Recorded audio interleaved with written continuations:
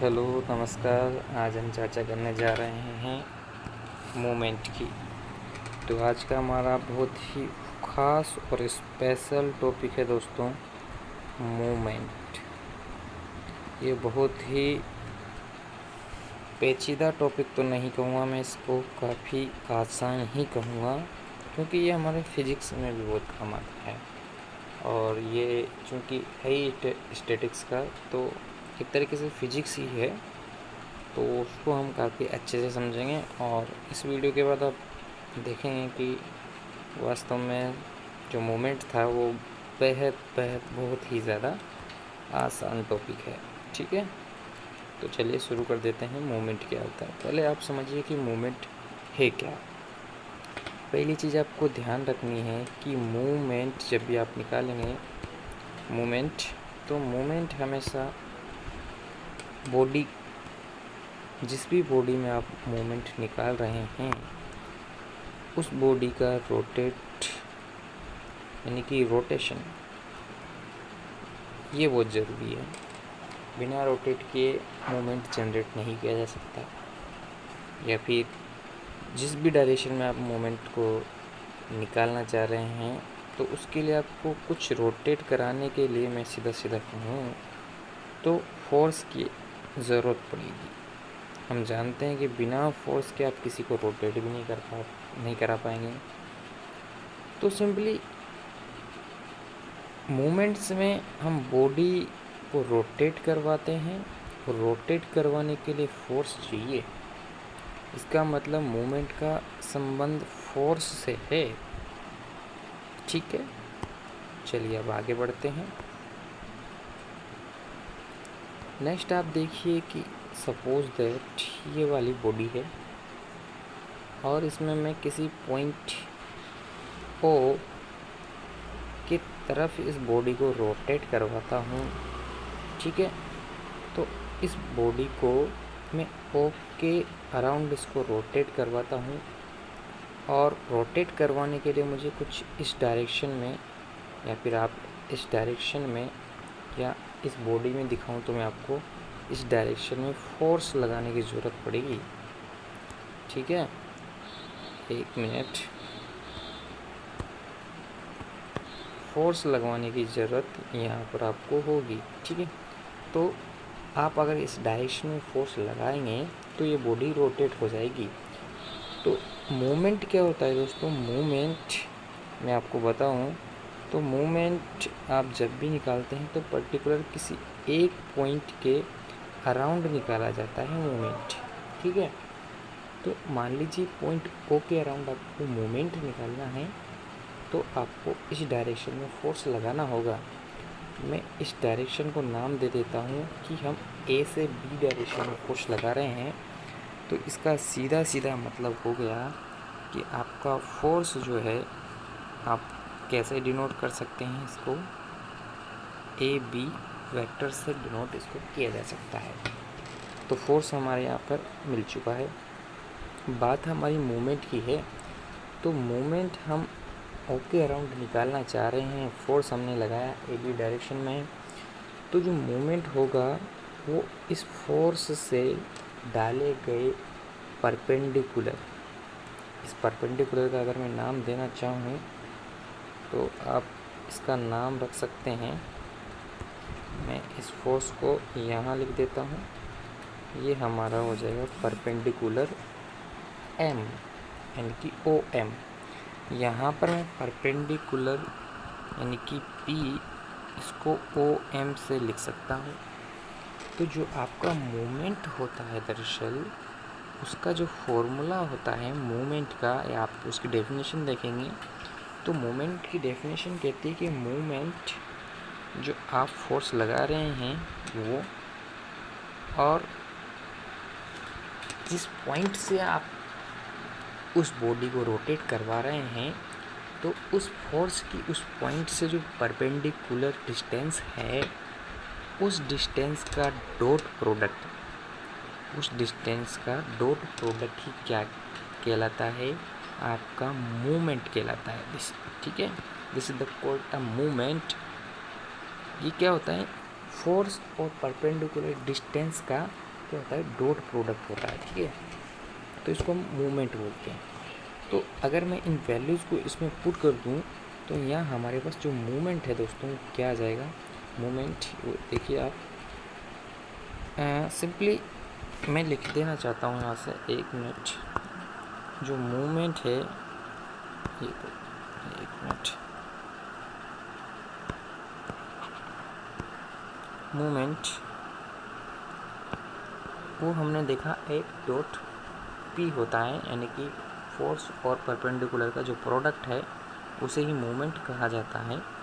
तो यहाँ से मूवमेंट एम इक्वल्स टू हो जाएगा, यानी कि फोर्स हमारा ए बी वेक्टर है, ठीक है, डॉट परपेंडिकुलर कितना है हमारा, परपेंडिकुलर डिस्टेंस ओ एम है, ये क्या हो जाएगा आपका मूवमेंट हो जाएगा, ठीक है। यानी कि जिस भी बॉडी को आप रोटेट करवा रहे हैं उस डायरेक्शन में फोर्स डॉट जिस पॉइंट के थ्रू आप उसको रोटेट करवा रहे हैं उसके अराउंड जो रोटेट करवा रहे हैं वहाँ से फोर्स पर लगाए गए डिस्टेंस की, फोर्स पर लगाया गया डिस्टेंस, ये मिनिमम डिस्टेंस ही क्या कहलाता है, मिनिमम डिस्टेंस परपेंडिकुलर डिस्टेंस है। इन दोनों का अगर आप डॉट कर देंगे, फोर्स और परपेंडिकुलर डिस्टेंस का दोनों का अगर आप डॉट प्रोडक्ट कर देंगे तो आपको क्या मिल जाएगा, इस पॉइंट ओ के राउंड, ठीक है, क्या मिल जाएगा, मूवमेंट आपको मिल जाएगा, ठीक है। तो ये मूवमेंट का फॉर्मूला है, डेफिनेशन भी यही कहती है। अब बात करते हैं कि मूवमेंट का साइन क्या रखें, क्योंकि आप देखेंगे कि कोई भी बॉडी हो गई, सपोज दैट ये बॉडी, तो ज़रूरी नहीं है कि आप इसको इस डायरेक्शन में ही घुमाएं। ये वाली डायरेक्शन कौन सी है, एंटी क्लॉकवाइज, ठीक। आप हो सकता है कि इस बॉडी को इस डायरेक्शन में ना घुमा करके इस डायरेक्शन में घुमा दें, तो ये कौन सी हो जाएगी, ये हो जाएगी आपकी क्लॉकवाइज,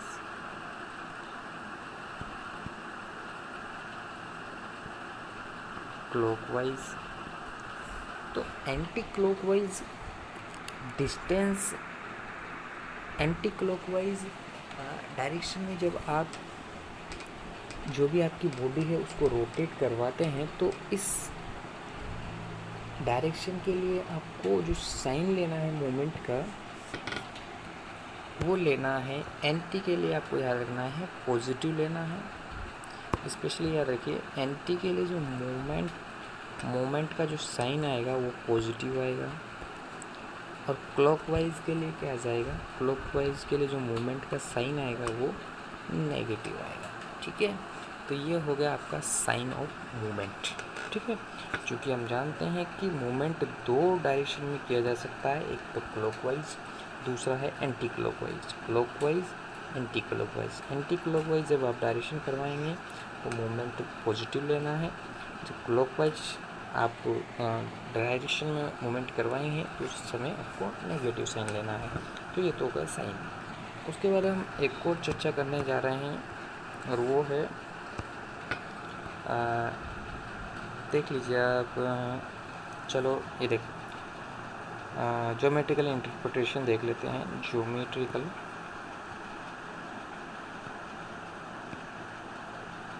इंटरप्रिटेशन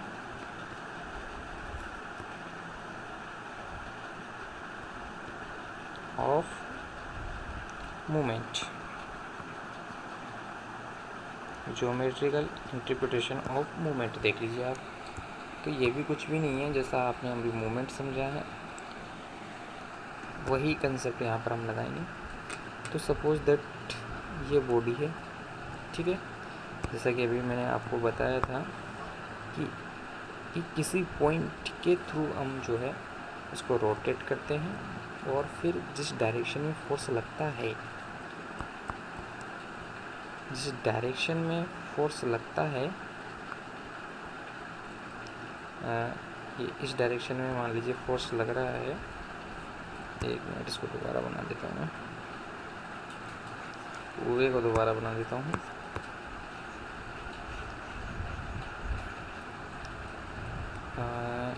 एक मिनट देखिए, सपोज दैट ये बॉडी है, ठीक है, और मैंने कहा आपसे कि मैं इस पॉइंट ओके राउंड इसको रोटेट करवाता हूँ। इसके लिए मुझे फोर्स लगाना पड़ेगा इस डायरेक्शन में A to B, ठीक है।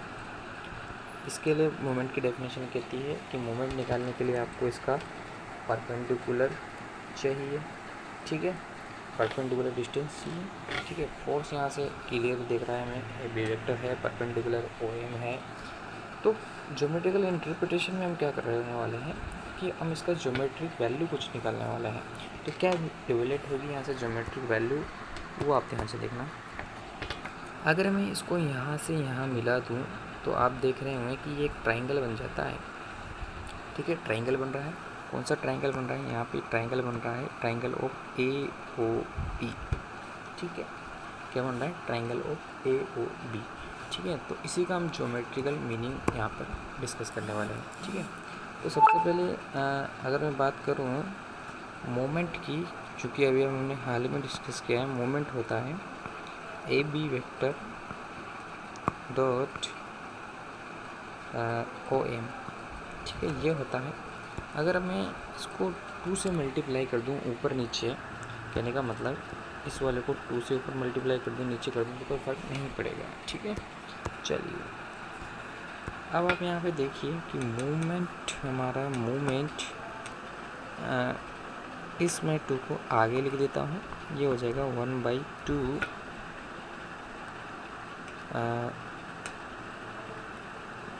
AB dot OM। अब आप यहाँ पे इजीली देख पा रहे होंगे कि ये किसका फॉर्मूला है, this is the formula of triangle, this is the formula of area of triangle AOB, base dot height, ये हाइट का काम कर रहा है, ये बेस का काम कर रहा है, 1/2 बेस डॉट हाइट। हम जानते हैं कि this is the formula of area, ठीक है। तो ये एरिया का फॉर्मूला हो जाएगा, यानी कि ट्राइंगल ऑफ AOB। यहाँ पे आप देख सकते हैं चित्र में, ये हाइट का काम कर देगा आपका, ठीक है, ये बेस का काम कर देगा, ठीक है। और हम जानते हैं कि एरिया क्या होता है, एरिया ऑफ ट्राइंगल क्या होता है, 1/2 बेस डॉट हाइट होता है, ठीक है। क्या होता है, 1/2, ये होता है एरिया ऑफ ट्राइंगल, क्या होता है, 1/2 बेस डॉट हाइट होता है, ठीक है। ये हम काफ़ी छोटी छोटी कक्षाओं से जानते हैं इस फॉर्मूले को, कोई नया फॉर्मूला नहीं, ठीक है। तो इसको हम यहाँ से इससे रिप्लेस कर देंगे, तो मोमेंट हमारा आ जाएगा, moment equals to 2 time area of AOB, ठीक है। और यही आपका क्या है, ज्योमेट्रिकल इंटरप्रिटेशन है, यानी कि जो जिस भी बॉडी का आप क्या निकालना चाह रहे हैं, जिस भी बॉडी का आप मोमेंट निकालना चाह रहे हैं, जिस भी बॉडी का आप मोमेंट निकालना चाह रहे हैं, तो उसमें जो बनने वाला ट्राइंगल है, ये वाला ट्राइंगल, इस ट्राइंगल के एरिया का अगर आप मल्टीपल कर दें किससे, 2 से, यानी कि इस एरिया का अगर आप डबल कर दें तो ये एरिया आपको क्या दे देगा, मोमेंट दे देगा, ठीक है। ये ज्योमेट्रिकली हमने बता दिया कि अगर आप इसको एरिया के फॉर्म में फाइंड करना चाहते हैं तो उसमें बनने वाला ट्राइंगल का एरिया निकालिए, उसका मल्टीपल कर दीजिए, वही आपका क्या हो जाएगा, मूवमेंट की वैल्यू हो जाएगी। तो इस तरीके से आप मूवमेंट एवेल्यूएट कर सकते हैं इन फॉर्म ऑफ एरिया की। तो आप उसके लिए आपको ये इस उसमें जो जिस भी पॉइंट के थ्रू आप बनाना चाह रहे हैं उसमें आपको एक ट्राइंगल बनाना होगा, उसका एरिया निकालिए, उसका आप जैसे डबल कर देंगे तो आपको मोमेंट यहाँ से मिल जाएगा। तो ये था आपका ज्योमेट्रिकल इंटरप्रिटेशन, ठीक है। उसके बाद एक और टॉपिक है जिसकी अगर हम चर्चा करें तो वो हो जाएगा, उसको देख लीजिए आप, एक और लास्ट टॉपिक बचा हुआ है। नेक्स्ट हमारा टॉपिक है प्रिंसिपल ऑफ मूवमेंट, ठीक है। प्रिंसिपल, एक मिनट, जिसमें आपका टॉपिक ख़त्म हो जाएगा। प्रिंसिपल, एक मिनट, प्रिंसिपल ऑफ मूवमेंट, बहुत आसान प्रिंसिपल है इस मोमेंट का। ठीक है, देखिए मोमेंट का प्रिंसिपल। एक मिनट, ये थोड़ा, कोई बात नहीं। तो प्रिंसिपल क्या कहता है मोमेंट का? मोमेंट का प्रिंसिपल कुछ भी नहीं है, बहुत आसान है। मोमेंट का प्रिंसिपल कहता है कि अगर कोई भी बॉडी इस पर इधर से फोर्स लग रहा है, इधर से फोर्स लग रहा है, इधर से फोर्स लग रहा है, कहीं जगह से इस पर फोर्स लग रहा है, उसके बाद भी अगर ये क्या है, इक्विलिब्रियम में है। ठीक है, क्या है? इक्विलिब्रियम में है, यानी कि सामने में है, ये एकदम स्टैटिक है, कुछ भी इसमें मोमेंट नहीं हो रहा है, ये एकदम मोमेंट तो नहीं, यानी कि इक्विलिब्रियम में है, ये एकदम स्थिर अवस्था में है।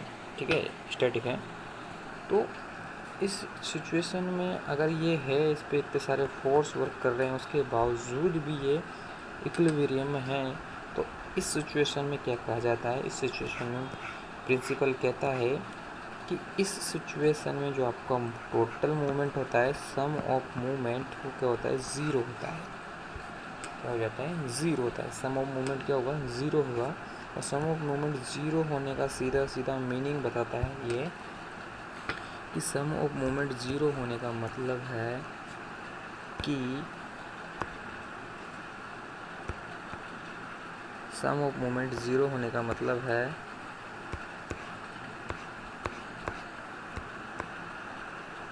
एक minute, sum of moment zero होने का मतलब है कि आपका जो एल्जेब्रिक सम है, एल्जेब्रिक सम किसका है? एल्जेब्रिक सम दोस्तों, तो algebraic sum of anti clockwise moment, anti clockwise moment, anti clockwise moments का जो है सम किसके बराबर हो जाए? क्लॉकवाइज मोमेंट्स के बराबर हो जाए। मतलब मैंने शॉर्ट में लिख दिया ये, चलो पूरा लिख देता हूँ। Algebraic sum of, algebraic sum of clockwise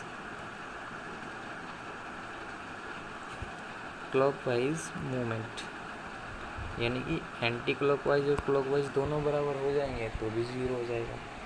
तो ये थ्योरम यही कहती है कि एंटी क्लॉकवाइज और क्लॉकवाइज अगर दोनों बराबर हो जाते हैं तो इस सिचुएशन में आपका जो टोटल मूवमेंट है वो क्या हो जाएगा? समीशन ऑफ टोटल मूवमेंट क्या हो जाएगा? ज़ीरो के इक्वल हो जाएगा। और इसे ही क्या बोलते हैं? Principle of moment. अरे कोई principle of movement, suppose that अगर कोई बॉडी का मूवमेंट ज़ीरो हो रहा है तो क्यों होगा? क्योंकि उस पर क्लॉकवाइज और एंटी क्लॉकवाइज दोनों डायरेक्शन बराबर हो गई तो वो एकदम रोटेट ही नहीं कर पाएगी। जैसे आप समझिए कि ये कोई बॉडी है, इसको हम एंटी क्लॉकवाइज डायरेक्शन में रोटेट करवाना चाह रहे हैं, तभी मूवमेंट होगा। और दूसरी बात ये कह रहा है कि जितनी डायरेक्शन में आप उसमें एंटी क्लॉकवाइज मूवमेंट जनरेट कर रहे हैं, उतना ही सेम उतना ही आप क्लॉकवाइज भी मूवमेंट लगाइए। जितना आप इस पर क्लॉकवाइज लगा रहे हैं उतना उस पर एंटी क्लॉकवाइज भी लगा रहे हैं, दोनों बराबर हैं मूवमेंट्स। तो इस बॉडी का जो टोटल मूवमेंट है वो तो ज़ीरो आना ही है, ज़ीरो आया ही नहीं आएगा। ठीक है, तो क्योंकि आप इधर से भी बराबर लगा रहे हैं, इधर से भी बराबर लगा रहे हैं, तो ये तो रोटेट ही नहीं कर पाएगी। जब रोटेट ही नहीं कर पाएगी तो मूवमेंट क्या हो जाएगा? ज़ीरो हो जाएगा, ऑटोमेटिक मूवमेंट ज़ीरो हो जाएगा। मूवमेंट कब निकलता है? मैंने आपको बताया था, इसके लिए रोटेशन चाहिए। अब आप उस पर रोटेशन ही नहीं होने दे रहे तो मूवमेंट तो ज़ीरो हो जाएगी। ज़ीरो होने का मतलब क्या है? मूवमेंट नहीं है। ठीक है, सीधा सीधा मतलब ये भी निकल सकता है यहाँ से। तो इस तरीके से ये मूवमेंट हमारा कंप्लीट होता है। आई होप आप लोगों को पसंद आया हुआ। Thank you so much.